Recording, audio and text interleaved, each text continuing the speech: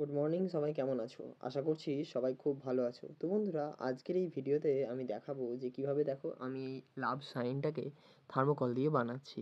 তো ফার্স্টেই আমি খবর কাগজের মধ্যে একটা খুব সুন্দর শেপ মানে পেনে করে এঁকে নিয়ে সেটাকে কাঁচিতে করে কেটে নিয়েছি।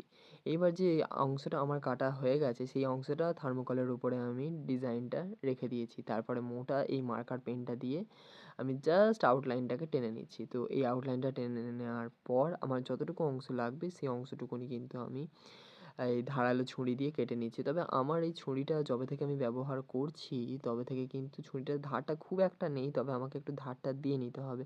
তাও যেটুকু ধার আছে এতে কাজ ভালো রকম চলে যাচ্ছে। তবে আমার মনে হয় যে এটা আরেকটু ধার হলে কাজটা আরেকটু বেশি মানে কি বলবো, যেগুলো একদম সেনসিটিভ কাজ সেই জিনিসগুলো আরও ভালোভাবে আমি পরিস্ফুটিত করতে পারবো। যাই হোক, এখন থার্মোকলের কাজটা করতে শুরু করেছি। তোমরা যারা করাতে চাও, যেমন ধরো কালী পুজো, দুর্গা পুজো যে সমস্ত প্যান্ডেলগুলো হয়, তো সেই সমস্ত প্যান্ডেলগুলো যদি করতে চাও তাহলে আমার সাথে যোগাযোগ করে নিতে পারো। স্ক্রিনে তো ফোন নাম্বার দেওয়া আছে। এইবার দেখো আমার এই যে লাভ সাইনটা করা হয়ে গেছে, হার্ট শেপটা। তো এইটাকে এবার একটু রাউন্ড শেপ যেন মনে হবে যে 3D মডেল সেই রকম আমাকে করতে হবে। তো ওই জন্য ছুরিটা দিয়ে আমি দেখো যে কর্নারগুলো আছে সেই কর্নারগুলোকে কিন্তু কেটে নিচ্ছি। কর্নারটা কেটে নিলেই আমার দেখো খুব সুন্দর একটা শেপ তৈরি হয়ে যাবে। তো দেখো এখন জিনিসটা পুরোপুরিভাবে তৈরি হয়ে গেছে।